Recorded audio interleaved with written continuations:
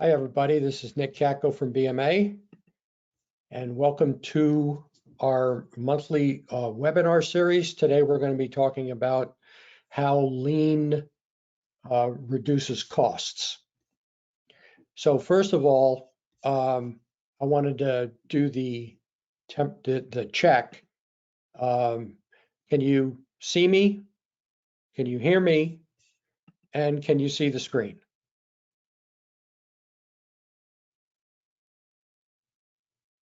And if you can just, all right, Brian, thanks a lot. Just want to let a few people respond. Okay, good. All right, so let's get going. This is always an interesting topic. Anytime you talk about costs, and I guess what I've learned over the years is that it really requires a different way to think about costs in order to understand how lean can reduce costs. So first, the sort of the administrative work for every webinar. There is a copy of the presentation in the handout section of your control panel, and you can download it. If by some chance you can't download it, or you forget to download it, or if you're watching a recording of this webinar, I will be glad to send you a copy of the presentation. All you have to do is ask.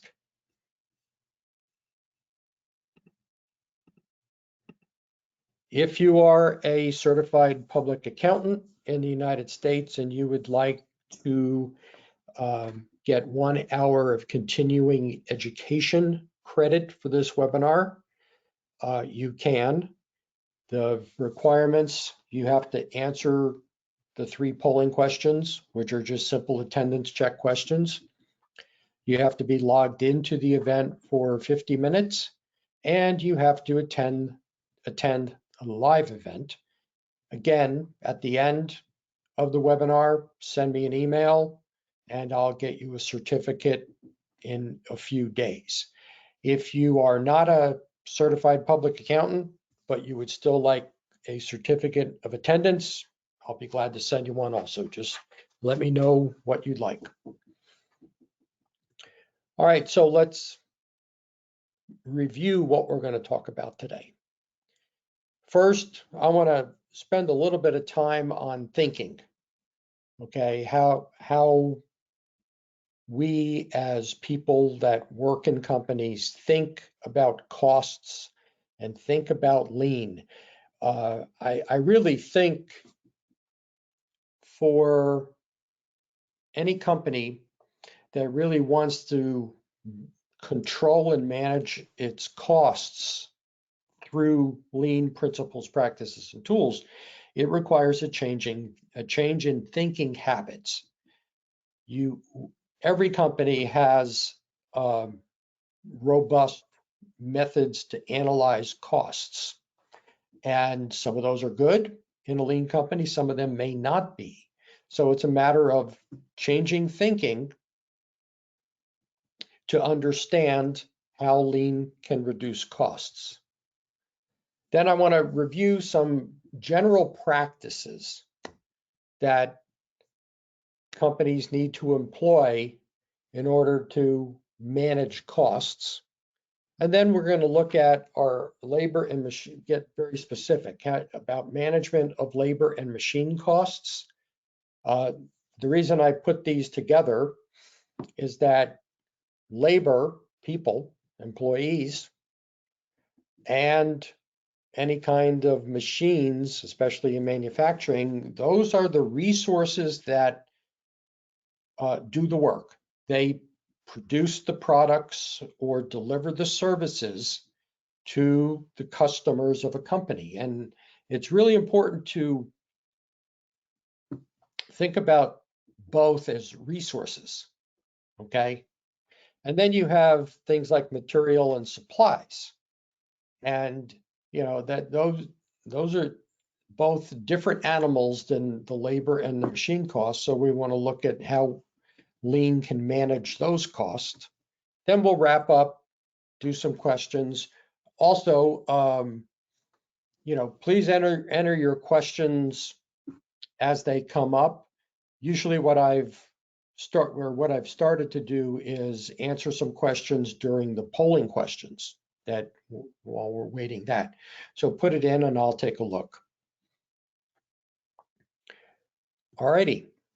This is one of my favorite quotes that I forgot exactly where I found it, but Taiichi Ohno, sort of the founder of the Toyota production system, costs do not exist to be calculated, costs exist to be reduced. And from what I have read about Toyota, they are very adamant about trying to reduce costs and manage costs. And it's really a matter of how it is done, okay? And I guess how lean reduces cost, it's different than other cost-cutting methods that are sort of common or traditional. The easiest one is sort of like the top-down approach. Think about it like actual to budget, where budgets are set and you're supposed to, if you're a manager, you're supposed to meet the budget that was set, regardless of what happens. Okay. The other thing about costs is that once a cost shows up in the financial statements, once any number shows up in the financial statements, there's really nothing you can do about it because it's there. You can explain it. You can't really change it. You can't make it go away. Okay. And so part of this change in thinking and change in approach to manage costs is to sort of dive deeper into the business, into the operations, and understand what is driving the spending decisions. Okay, and it's almost like you have to think about your costs in a business, almost like you think about your personal finances. And what I mean by that is, in most households, you worry about how much money are we spending, what are we spending it on. If we want to reduce our spending, we have to take specific action so that we don't spend the money. Okay. And yes, you might have household budgets and stuff, but if you don't spend the money, then you don't have the cost. So a lot of this is what is driving our spending decisions.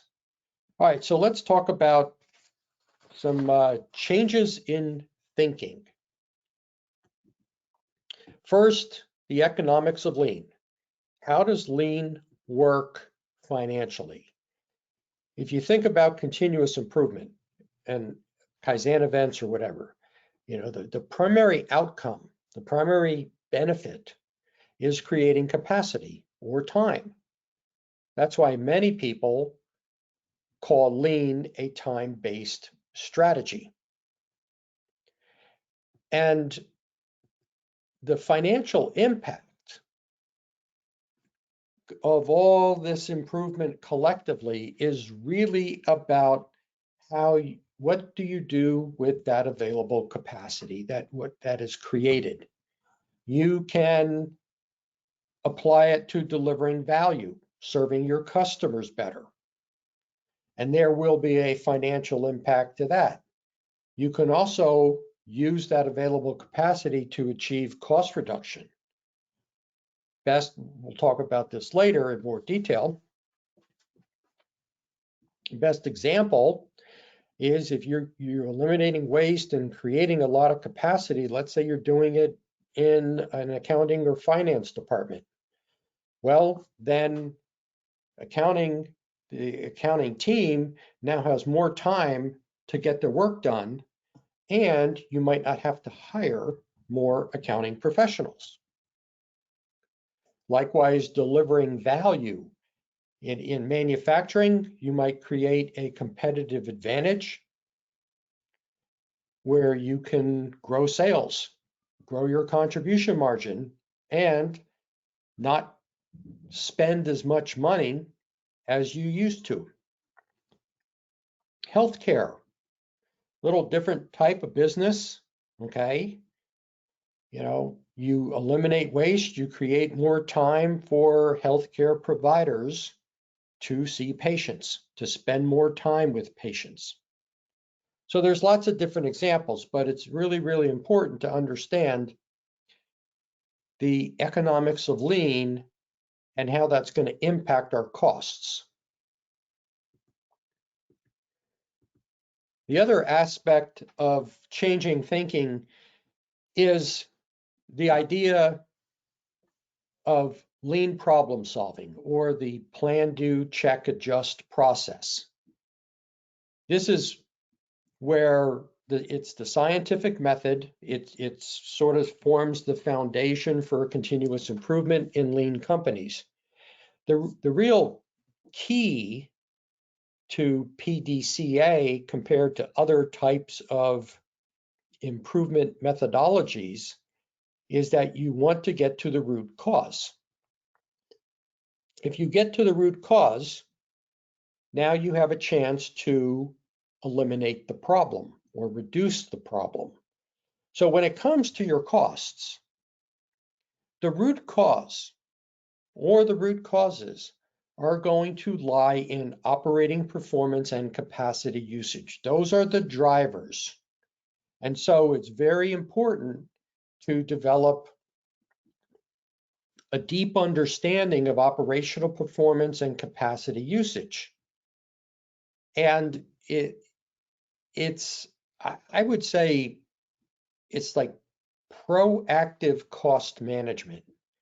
That if you are measuring and managing operational performance and capacity usage, you're going to understand problems as they arise. If you're improving processes, improving capacity usage, you're going to proactively do things to manage your costs. Another aspect is that waste drives costs. Now, think about activities, whether it's just the activities that are performed in a process, whether it's done by people or done by a machine. These activities can create value. That's the upper left quadrant state, or they don't create value. And non-value added activities can be necessary, meaning for some reason they have to be performed. For example, in manufacturing, you have to purchase materials. That's a necessary activity, but it doesn't create any value for the customers. Doesn't change the form, fit, or function of the product. So it's non-value added. Then you have the unnecessary non-value added activities, the waste. Think of that as, your defects, your overproduction, waiting time, neglect of talent, transportation waste, waste of inventory, waste of motion, and excess processing, okay? And so this is where understanding activities and understanding how to eliminate unnecessary activities that are wasteful. How do you lean out the necessary non-value added activities? Okay, because waste exists in those too. Ultimately, what you want to do is spend more time creating value. Okay, and this goes for internal customers and external customers. And this is one reason why we want to look at actual costs, because we want to make connections between waste and costs. So, in many other webinars, I've talked about the lean accounting box score. And the box score creates it displays the relationships between operating performance, capacity usage, and financial performance. And it helps drive the root cause analysis. The box score is also embedded, the box score also embeds the economics of lean. So for example, here, we have a future state where a few improvement events have improved on-time shipments, have improved first time through, which is quality, and reduced inventory, which is dock-to-dock days. We want to be able to calculate the actual cost impact of those events. Now, in this case, it's only a slight reduction in the material costs. The conversion costs, which are the actual production costs, they stay the same. The real impact is the capacity. Okay, that says polling question, but we're not going to do a polling question right here.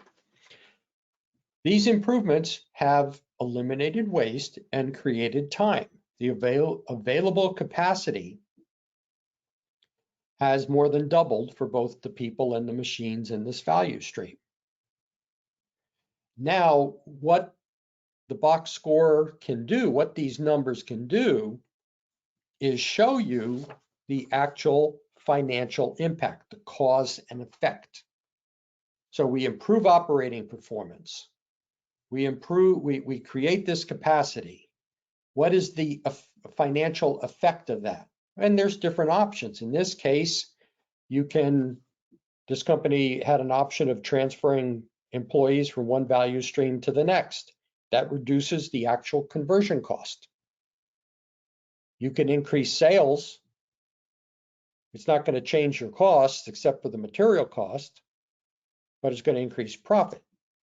You can insource previously outsourced processes, and in that case, you are going to reduce your material cost. So again, what we want to do is establish this cause and effect by using the right numbers. All right, so that wraps up this part of the webinar. Let me get my mouse, and I can't find it. And let's do the first polling question.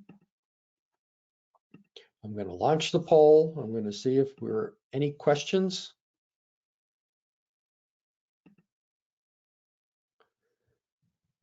Okay, Edward, the handout should be, the presentation should be in the handout section of your control panel. If you can't find it, that's fine. Send me an email. I'll send one to you after this webinar is over. Mohammed asked the question, the economics of lean is built on creating capacity, but what if there is extra capacity without sales? Well, that's true. It does not, creating the capacity doesn't necessarily reduce the cost unless you actually get rid of that capacity. Now that's where you get into, let me stop the poll here. Hold on one second. So, you improve, but you can't increase sales. Okay. One question is, why can't you increase sales? What can you do to create more value, create a competitive advantage? I said you have to eliminate the capacity, reduce the capacity. We're going to talk about some methods, but this doesn't mean sort of reducing the head count in a sort of a layoff way. That's not a good thing to do either. Okay, so those were some good questions to get started. So now let's talk about some lean cost management practices. All right, so this is, you have to sort of, if you're in finance and accounting, you want to start incorporating these practices in your analytical practices, in your decision-making practices, but you don't want to do it in isolation. Okay, you want the people out there that are managing operations, they need to be involved in understanding these practices. Because as I mentioned a few minutes ago, and I like, you have to change operations if you want to change costs. I have a little saying that I use sometimes in training sessions. If you want to change the financials, you have to change the physical.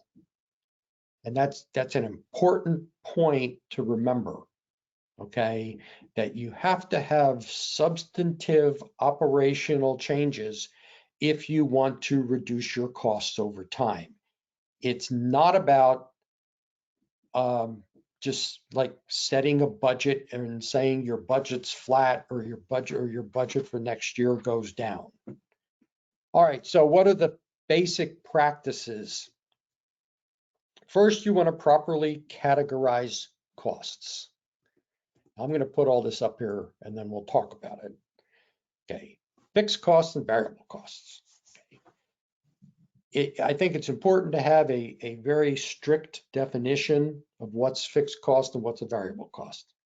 A variable cost changes in proportion to short-term changes in volume. It's a direct relationship, okay? If you sell more or if you sell more, you have more of this cost. If you sell less, you have less of that cost. Fixed costs don't vary with short-term volume changes. They're and they are influenced by management decisions. Now, in terms of lean thinking and lean accounting thinking, more costs are considered fixed than variable. Now, I've heard lots of sayings about fixed and variable costs over the years. Costs are fixed in the short term, variable in the long term, all of that. Here's the point. If you use any kind of cost allocation methodology, like if in manufacturing, you're using product costing. Okay, this is the best example. I'll give you a couple others. You have your labor, material, labor, and overhead. Now you have that product cost, and the labor looks like it's variable. Why? Because the longer it takes, if you have two products, product A takes 10 minutes to make, product B takes 20 minutes to make. Automatically, because product B takes longer, it has more direct labor. So it appears that direct labor is a variable cost because of the cost allocation methodology. It's based on time. When in reality, your full-time employees are a fixed cost. Why? Because you pay them for their day of work. It doesn't matter how much they make. Okay, you're paying them. They get a salary. Yeah, there might be some overtime. That's the definition of a fixed cost. So you have to be careful about the cost allocation methods that you may use in your business. Like in healthcare, there's a popular method is cost per patient. Okay, so it may seem like those costs go down, Okay, the cost per patient may go down if you see more patients, but the actual costs stay the same because they're primarily fixed. Okay, when it comes to the variable costs, in manufacturing, it's raw materials and supplies. In healthcare, it's supplies. In auto repair business, it could be supplies. In a restaurant, it's food. Other than that, the costs are pretty much fixed. And in some cases, you don't have many variable costs, like a software company. Okay, you're paying your people, you're paying contractors. Okay, pretty much all fixed costs. So again, proper categorization of the costs will lead to better analysis.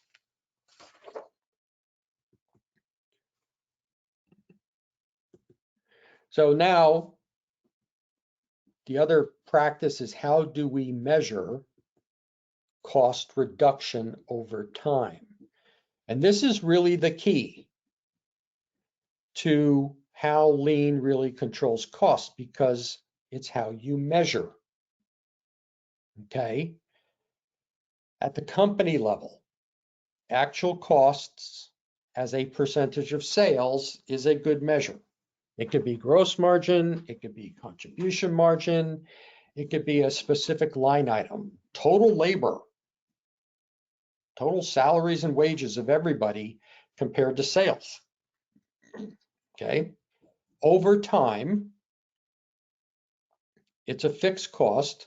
You might have some reductions in that fixed cost, but what you're really trying to do is eliminate the waste, create the capacity such that you don't have to hire people. And so that labor cost as a percentage of sales goes down over time. You can do the same thing at the value stream level. You can also use actual cost per unit. Now, you're not trying to cost the unit. What you're trying to do is keep your fixed costs flat and drive the units up. Okay. At the cell level or at a daily level, you're looking at the drivers of costs. What's our overtime percentage or our overtime hours? Why are we working overtime? You want to understand the root causes. Why do we have downtime? How can we reduce our changeover time? What you're doing there at the daily level is identifying possible improvement opportunities to reduce costs over time. It's difficult to reduce fixed costs. Okay, it is. I mean, maybe some of you have even tried it in your companies. I once worked at a company, did some work at a company many, many years ago, and it shall remain nameless, but they had a lot of financial problems. They were actually in bankruptcy proceedings, and but their expenses were too high. And this might be an extreme story, but I'll tell it. So they did a traditional reduction in force where every department had to reduce so many people and the managers had to decide whom. And that was all announced. The people got a severance package. But what was found out very quickly is that some of the people that left, what they did, they were the only people who knew how to do certain tasks, and they actually came back as contractors. Okay. Now, we want to avoid things like that in lean companies. So it's the measure of cost reduction. It's not always that you actually have what I would say actual cost savings where the expense goes down. There's a lot of cost avoidance with lean. So what I mean by that is, you don't incur costs in the future, or your costs, the rate of growth of the cost is a lot less than it used to be. For example, if you do changeover time improvement on a machine. Okay, you know, what's a possible actual cost savings? Well, maybe that machine had to run overtime. You had to run the machine in overtime, and you had to pay the operator overtime because you were behind in production because of long changeover time. So you may reduce the operator overtime. Okay, that's a savings. But if you reduce the changeover time, you also create more capacity, more available capacity, the economics of lean. What does that mean financially? Well, if you can use that capacity to produce and sell more, there's not much of a cost impact there, but there is a revenue and contribution margin impact. Likewise, in an administrative process, okay, if let's say we reduce the month-end close time, not the number of days, but the number of person hours it takes to close. Let's say we do that. Well, we've just created a whole lot of capacity in accounting so that they can get back to their regular work. And it's important here to understand, don't try to monetize time savings. Okay, if you save time, don't multiply it by some rate and say, oh, we're saving this much money. Because first of all, people expect to see it on the financials. Secondly, because of the economics of lean, you're just creating capacity. Now, what you do with that capacity determines the financial impact. And the reason I bring this up here is there are still a lot of companies out there that they say every improvement activity has to show a cost reduction, and that just patently does not always happen. Okay. All right, so let's do attendance check number 2. And I'll look at the questions while you're doing that. If we have any more.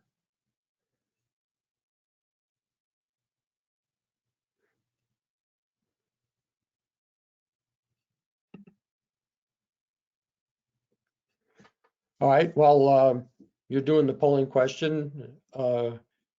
Galina has a question, you know, in terms of lean, what about material costs? Are they fixed too?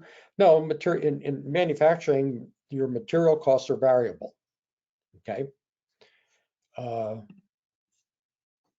Murat has a good question about, you know, in terms of calculating capacity, where there's a lot of variability in the production times of the products in the value stream. The easiest thing there is, you know, to use some kind of average or look at the 80-20 rule. And then let me stop this poll.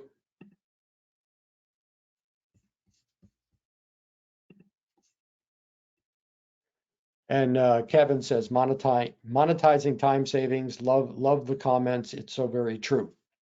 Well, thank you, Kevin. I appreciate that. It's really important, you know, on that time savings, because I've seen it many, many times. And just remember this, especially if monetizing time savings goes up to sort of like the executives of the company or the owner of the company and saying, no, this is how much we saved on this Kaizen event.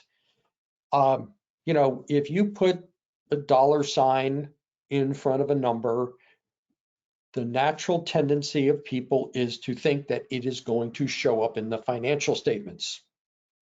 Okay, they're going to look for it.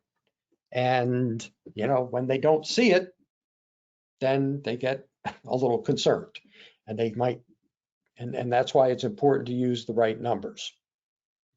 Okay, so Now let's get specific and dive deeper. I'm going to talk first about the labor and machine costs. The reason I lump these together is that in any business, it's the people and or the machines that do the work to create the value for the customers. Your company's customers that drive sales. So, there's some traditional cost management approaches that are used for both machine cost and labor cost. So like in labor, one of the common things is actual to budget.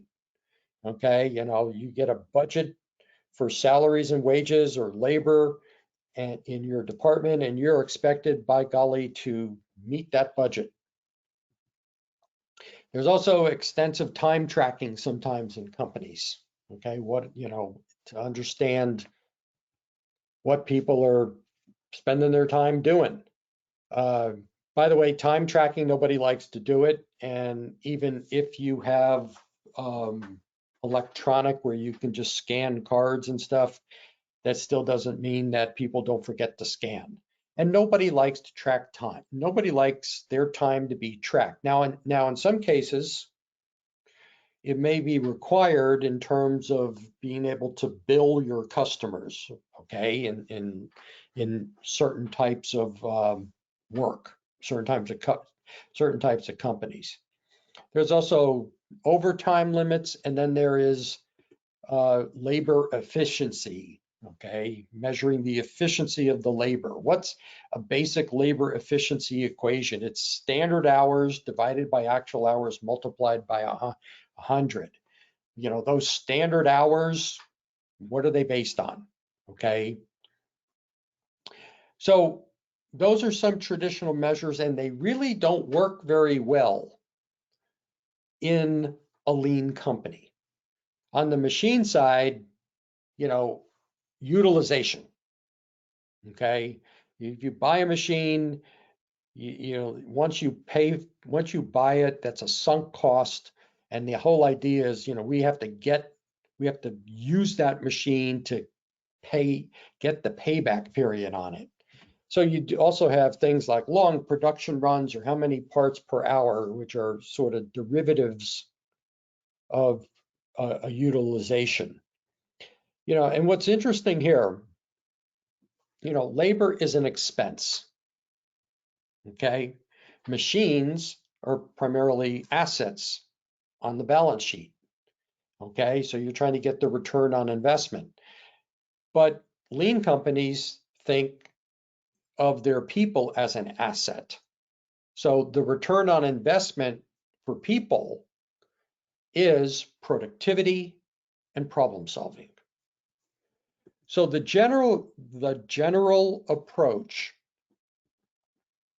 to reducing labor and machine costs over time is to understand that the cost is a function of the capacity requirements.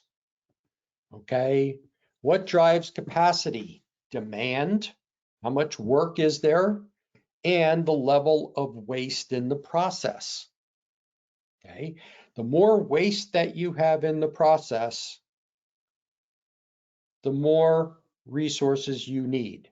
Here's an example that I use. Let's say in a process there's 50% waste.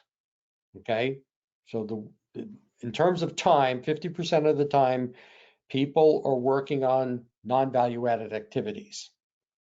If you think you need to hire one person because of demand issues, you really have to hire two to get the output of one because of the waste in the process. Okay. So this is where lean thinking, lean practices, continuous improvement come into play. The more that you can eliminate waste, you are creating more capacity at no cost, which is really, really important and will control your costs and reduce your labor cost over time.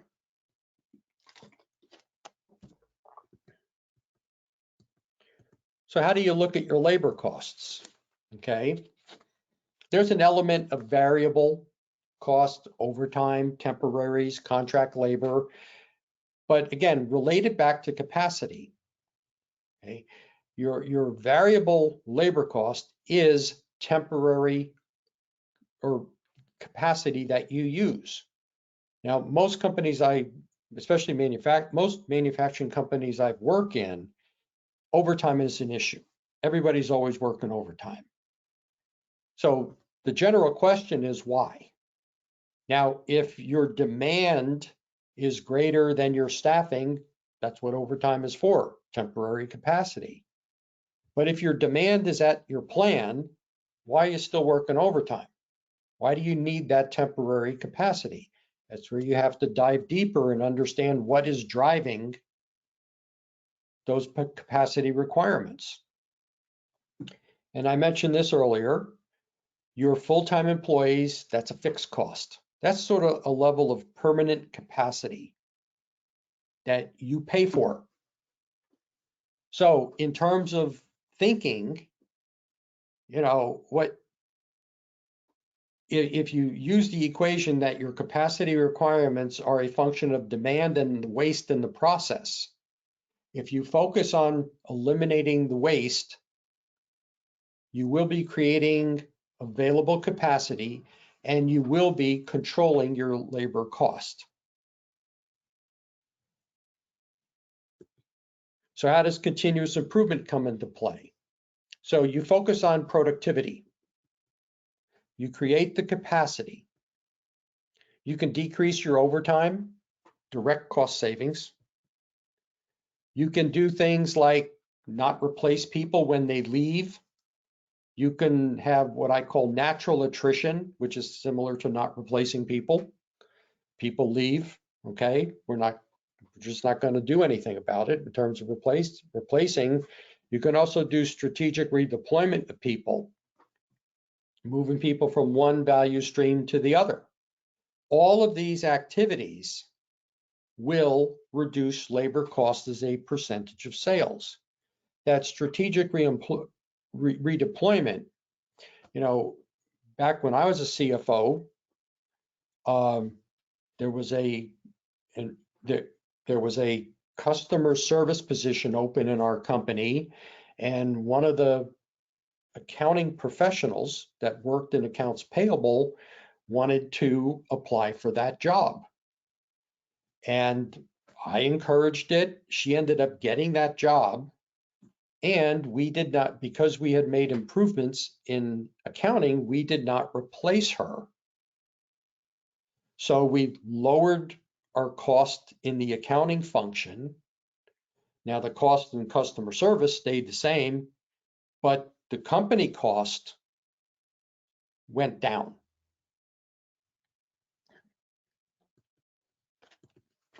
So, some examples, you can reduce your overtime, eliminate contract labor, reduce temps, not replace, promote internally and backfill. You can fill internally.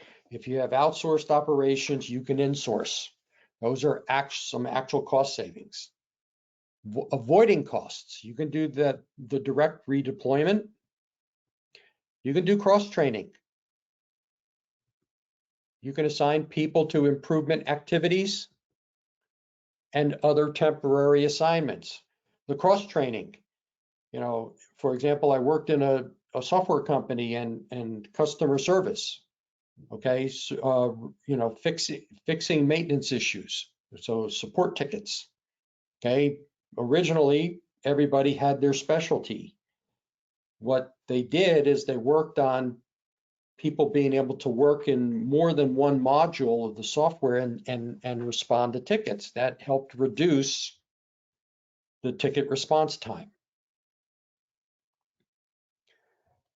For machine and equipment cost, okay, the variable piece, repair parts and maybe service, if you have to go outside the company to get the machine serviced, okay, overtime of the operators. Fixed costs are things like depreciation and tooling. So the idea in terms of controlling your machine and equipment costs is that you focus your improvement activities on increasing the uptime or the availability of the machine. For example, you reduce downtime, you reduce your changeover time. That creates more capacity. Now, if you have the demand, you're going to be able to meet that demand much, much faster. You can also right-size machines. Maybe you get rid of some machines. Maybe you buy smaller machines. And all of these activities really control costs. Now, for example, again, when I was a CFO, one of our operations was injection molding. And I think, we had about 10 injection molding machines. And before we became lean, we were always working overtime. We were always having problems. And it was like, oh no, we have to buy more machines. But when we identified things like excessive scrap, long changeover time, excessive downtime, we ended up solving those problems, and we had excess capacity in our injection molding department. Now, interesting story about what we did. We thought about selling machines, but again, if demand is going to go up, you don't want to sell a large injection molding machine and then turn around 1 year later and buy another one. But what we did is we became a contract manufacturer for someone in the same industry, and we made some of their products. And that utilized that available capacity, and we made a little bit more money off it. So again, looking at, possible possible actual savings. You can reduce overtime. If you have better uptime, maybe fewer replacement parts, less outside maintenance costs, you can reduce outsourcing. Okay, I work with one company that if they got busy, they just outsourced. Well, outsourcing is expensive. And then you can right-size machines. On the cost avoidance, it's about, maybe we don't have to hire operators, we don't have to hire maintenance people. Maybe we can avoid buying new machines. All right, so let's do the final attendance check.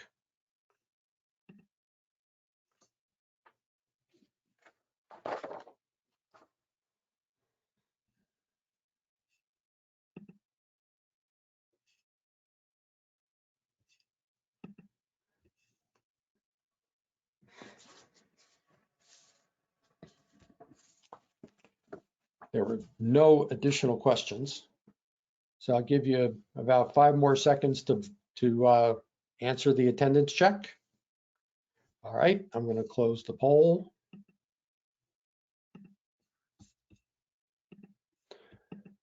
All right, we have a few more slides to go, and we're right on time, so we'll be stopping at the top of the hour. If you do have questions, try to get them in soon. So let's talk about material and supply costs. Now, this is really a function of price times quantity. Your material cost. How much do we have? How much did we pay for it? Okay. Material and supplies really are more variable than fixed. Okay. So the idea in terms of controlling the costs is to work this equation, the price side and the quantity side. Okay. So the price side, how do you lower the price that you pay for parts or supplies? Well, you can change the part. Now, if you're in manufacturing, that may mean some engineering work has to be done, but it's possible. You know, a lot of companies try to take costs out by changing parts. You can try to get a lower price from the supplier. You can also change suppliers. But what's important is, from a lean financial thinking viewpoint, is that lean companies seek suppliers that deliver the highest value, quality, delivery, and lead time at the lowest cost. So it's not about chasing the lowest price. And those are sort of behaviors that really you need to avoid or stop. Okay, measuring purchase price variance. Okay, the only way you get a favorable purchase price variance is if you talk to your supplier and say, can I get a lower price? And supplier says, sure, you can, but you got to buy 3 months worth of material. Okay, that's not a good lean decision. Or just seeking out the lowest price, and then you have problems with quality, delivery, and lead time, or doing some kind of bulk purchases. So, there's really limits on the price side. But that doesn't mean, from a strategic viewpoint, that this work doesn't go on. But when it comes to really controlling the cost of material and supplies, it's really about focusing on the quantity side. So, for example, the quantity shipped. Okay, so you buy it, you use it, and you ship it. Or in the case of supplies, you consume it. The lean focus is to improve the order flow. The financial impact of faster flow, it reduces your inventory, it also increases your sales and increases your cash. So what do you measure? You focus on lead time. Okay, if you have shorter lead times, okay, and you're serving your customers better, you're going to have less inventory. Scrap and rework. Okay, we want to improve quality. That's the focus. That will drive reducing scrap and rework expense. So we measure the defect rate. So this is, again, cause and effect. We would like our scrap expense to go down. That's a quantity issue because we have to buy more materials. So we focus on reducing defects. That reduces how much we have to buy because we're not scrapping as much. And when it comes to stocking, okay, we measure days of inventory. We want to improve the material flow. We reduce inventory. We also increase cash. Again, less inventory means we're buying less. So the controlling material cost is more about controlling the quantity of material in the business. You really want it to be inside the four walls of your business for as little time as possible.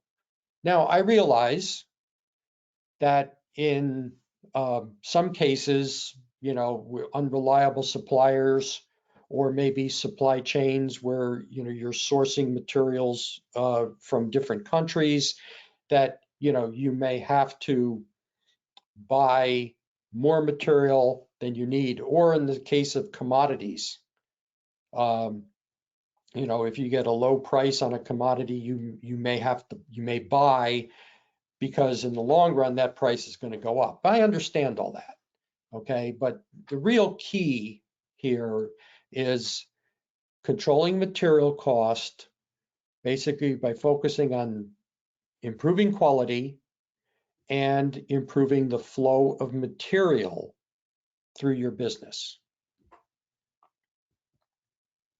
Okay, so I'm going to do a quick wrap up, and I'll do one final check on questions. So you'll get a survey at the end of this webinar. Even if you're watching the recording, please complete the survey. They help me try to improve the webinars. If you would like continuing education credit, send me an email. I'll get you the certificate out. So just to wrap up on lean cost management,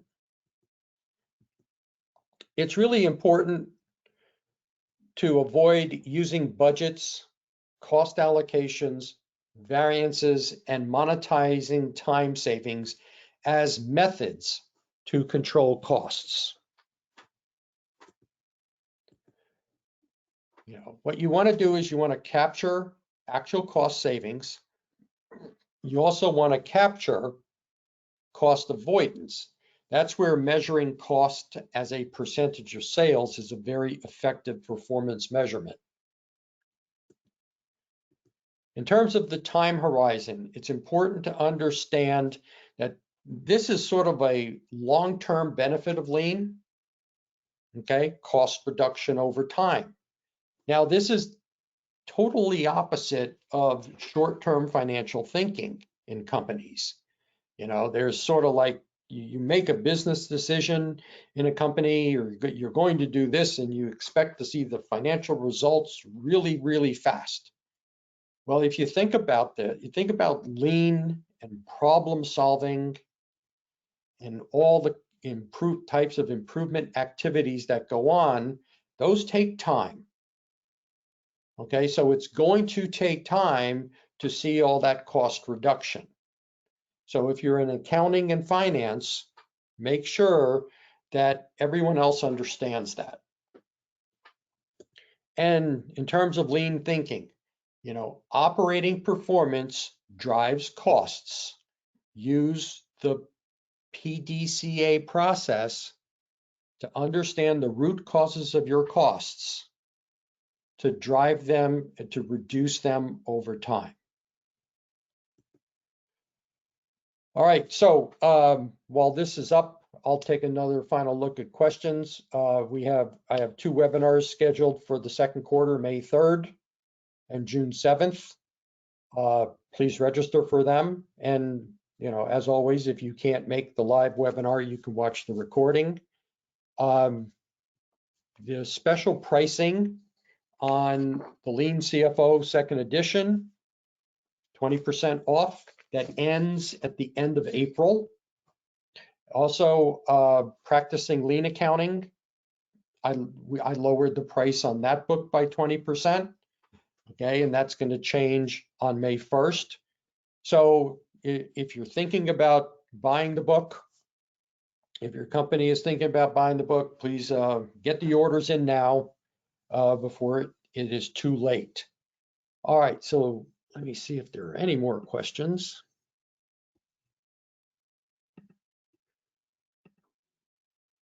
No, there are no more questions. So thanks for attending the webinar.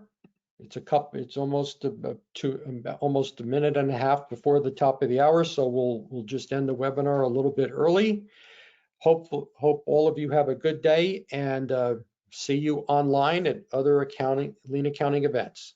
Bye-bye.